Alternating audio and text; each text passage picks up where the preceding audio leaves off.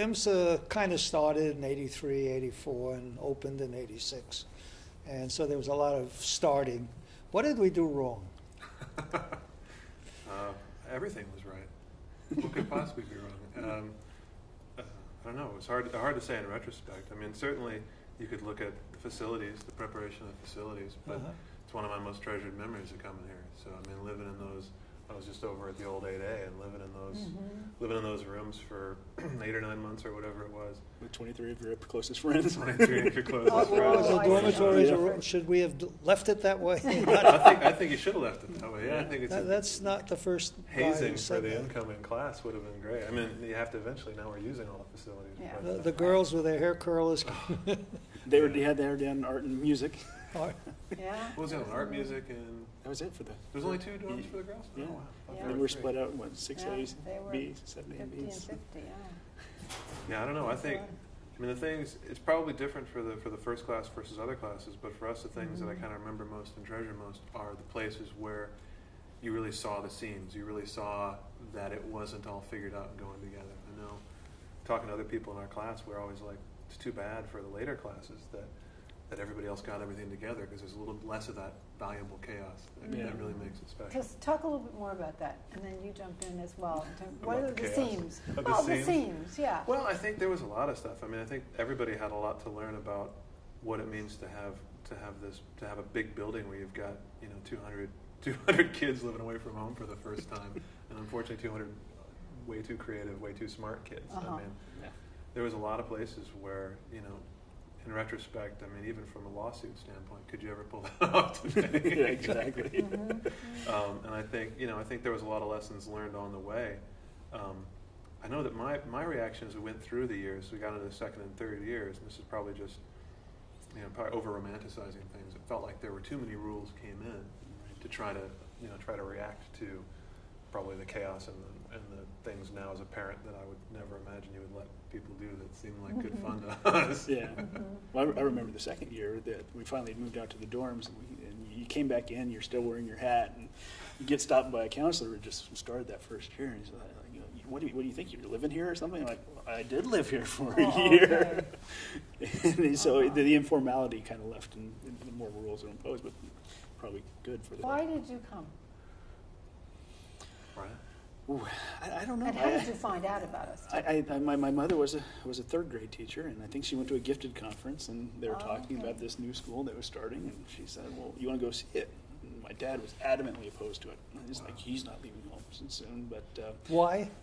He just, he wanted his son to be home with him and, be part of a family. And my mom's like, well, why don't we just go see it? There's a leaving home that was the. Yeah, and we came up in the middle of the summer, and Dr. Stepien was here, Bill Stepien, and he looked like the janitor at the time. He was wearing his shorts, and he led us on a tour, and it was great. And my dad, after that, my dad's like, oh, yeah, this would be a great opportunity. Oh, okay, interesting. Shorts.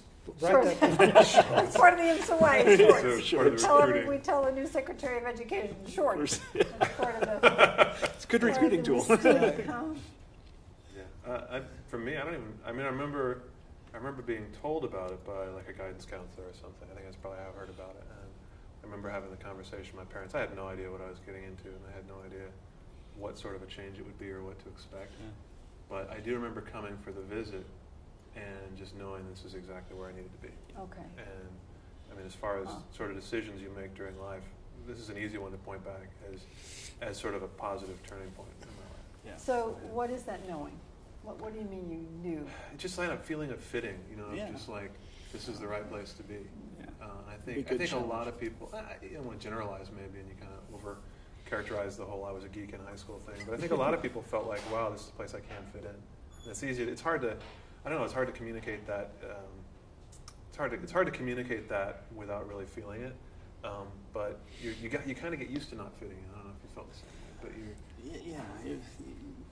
you felt like, I didn't really have to work hard in my old school. I wanted a new challenge, a new direction, and everything that Bill was saying was like, yeah, I could do that. It'd be fun. It'd be great. It'd be a good challenge. It'd be a leg up on the competition, getting into college. It was like perfect fit. Everybody's awkward socially there. And for me, I loved it. It was kind of a great reset socially for me. Like the things that I learned and the way to fit in socially and how to be comfortable in your own skin. that was where things really clicked. And maybe that was just the age, you know, you're 15, 16, and that's just kind of how you're developing. But I'll always have that strong association with school here. So in terms of learning and how you were taught and what you were asked to do, what do you remember? What are some of your most important, good or bad, memories relative to I think it seems to me growing up? We were given a lot of responsibility early on. I remember that. I mean, you were given a lot of responsibility to make it or not. You know, you had a lot of, it wasn't, your hands weren't necessarily being held in terms of all of the assignments you had on the projects you were supposed to do and how to keep track of everything and how to make those adjustments. And from a social standpoint as well. But I do, I mean, I think obviously you're exposed, there's a lot of belief, and it seemed like there was a lot of backing behind kind of, behind, I would say sort of the scientific method, but if you can kind of explore any direction you want, you can take any position you want if you can back it up. You know, if you can substantiate it, if you have a position. I remember some of the best challenges I had. I mean, I loved, oh God, I can't remember her name. Female teacher, English. Regardless? No, blonde, Barbara. Taylor. Babs Taylor, I used to call her. Yes, Babs Taylor.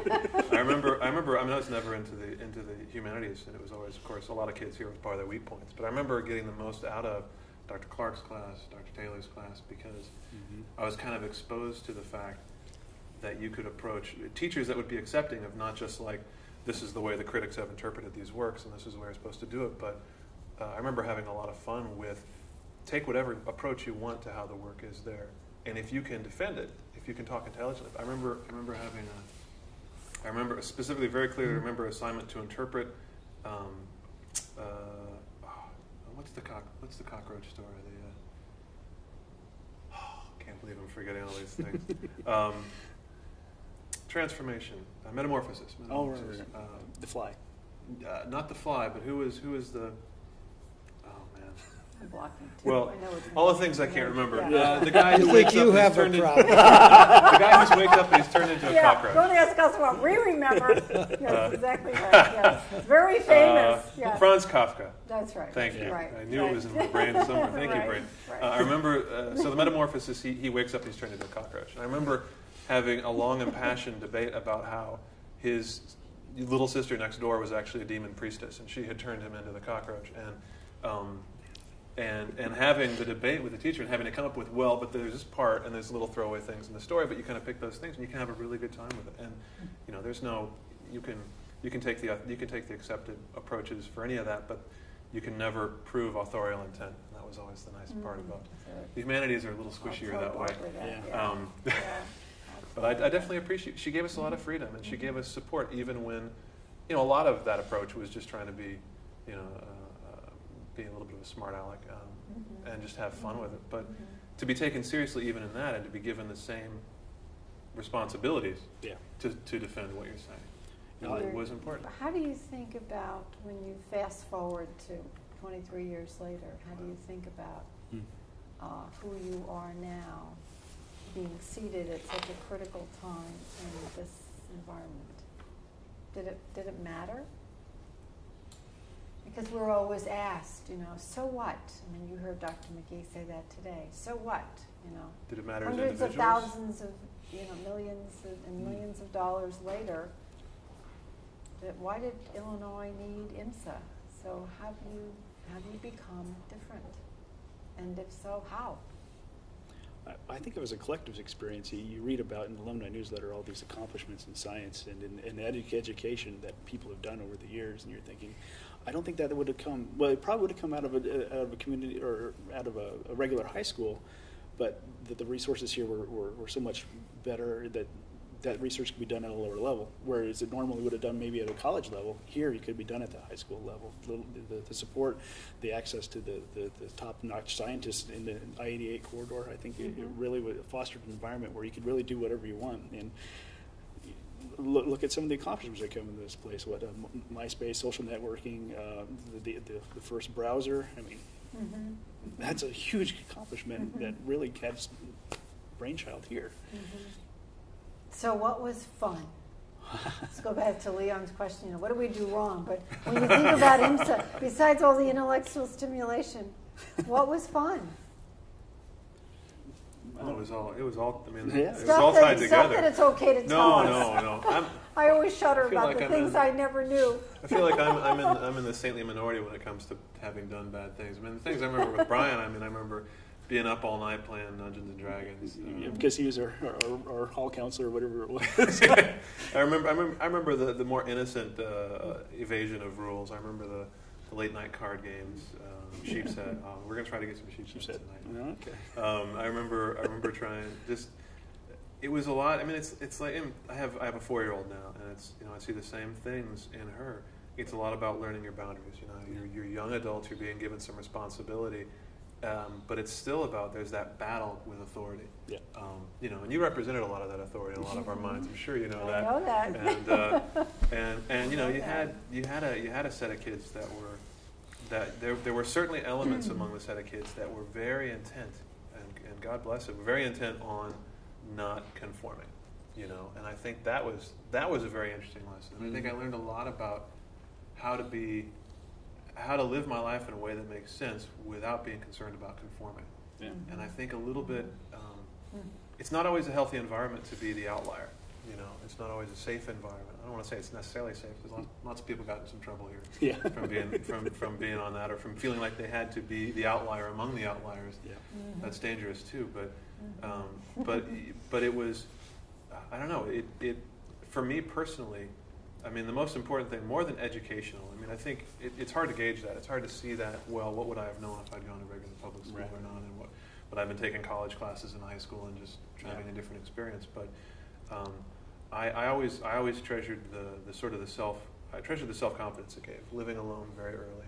I know it was tough for a lot of people. It was tough in a lot of ways for me, but I feel like it definitely made a big deal in me becoming who I am and being comfortable in who I am and what I'm doing. And it's very humbling to look at the alumni newsletters and see who's doing what or who's done what. 20 years on, it makes you look and try to figure out which milestones you're going to use to compare yourself. At least I'm not the 0.3% in jail, even if I'm not the 0.3% with a Nobel Prize. But I remember that very well. It's not easy to find someone like me who says to everybody, shows everybody that it's not so hard.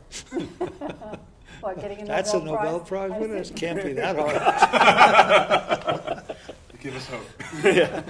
Exactly, that's my role. Could IMSA be a non-dormitory non-residential school?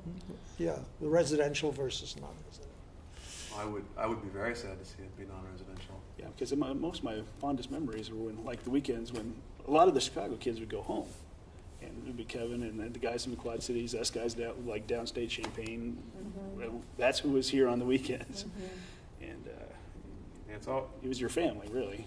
Yeah, the magic of the school, I mean, obviously academics are going to be good, and that's what's going to be easiest thing to point at and say, and I know all the outreach programs and all this stuff that's official, but the places that seem to make the most difference for me were kind of I talked about the seams, it's kind of the places in between. It's all the memories of snow days, right, where the snow covers everything, nobody can go anywhere, nobody can come in, and filling that time, and like finding the place to fit in. The snow football games, and that was all. Did you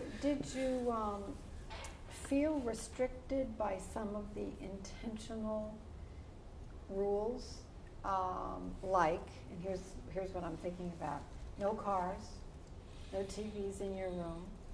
IMSA, we're not going to offer football. Those kinds of things that for that age group, so many kids are saying, oh my God, I just can't wait till I drive, and football is a high school thing, and everybody goes, and cheerleaders and television, and so I mean those intentional things. Did you feel a sense of loss, or you wanted to push on different boundaries? I think back in the mid '80s, I don't think TVs in the room were a big thing back then. I mean, we had one or two in the house. Okay. The only thing on the cars, I would think, I live 3.5 hours south, so if I could have driven here, handed someone the keys, and then taken it and driven back, it would save the 7-hour round trip once a month. It was only 5 hours for my folks, but they definitely had to suffer. It built a little bit created a little bit of a tension, not tension because I don't remember it negatively, but it created a difference between sort of the downstate and the more local folks. Yeah. There were certainly, I'm sure you know, there were local folks who had cars parked in residential neighborhoods, not too far. I remember my last month before graduation, my dad let me bring the car up and park it off campus, and you'd wander off and go drive. I mean, kids are going to find a way around all those things because you want to. Yeah. But the TV was never a problem. Gosh, now if you got internet access, you got access to any video you want when you want it. So it almost doesn't make a difference. I remember I had snuck a TV into my room in the dorms for my Commodore 64 computer. But I didn't try to get. I didn't rouse any rabble. I got my I mean, and I'm sure now access to computers a lot. I mean, we had the computer labs was a little bit was a little bit of a limited resource. But if I were going to say anything for perpetuity, it would be to show gratitude for the opportunity to be here. I mean, for being able to have my life change the way that it has, and to express hope that it can continue. And I would love to see. I've got kids that are getting into school now in California, and God, that state budget's in a mess. But to imagine that there could be, to imagine a non-private, available, in a theoretically meritocratic manner, school that would be able to provide that kind of experience and that kind of environment to my kids, if they were in a position where they needed it, that would be incredible. I would love to see the idea expand, but that's the question.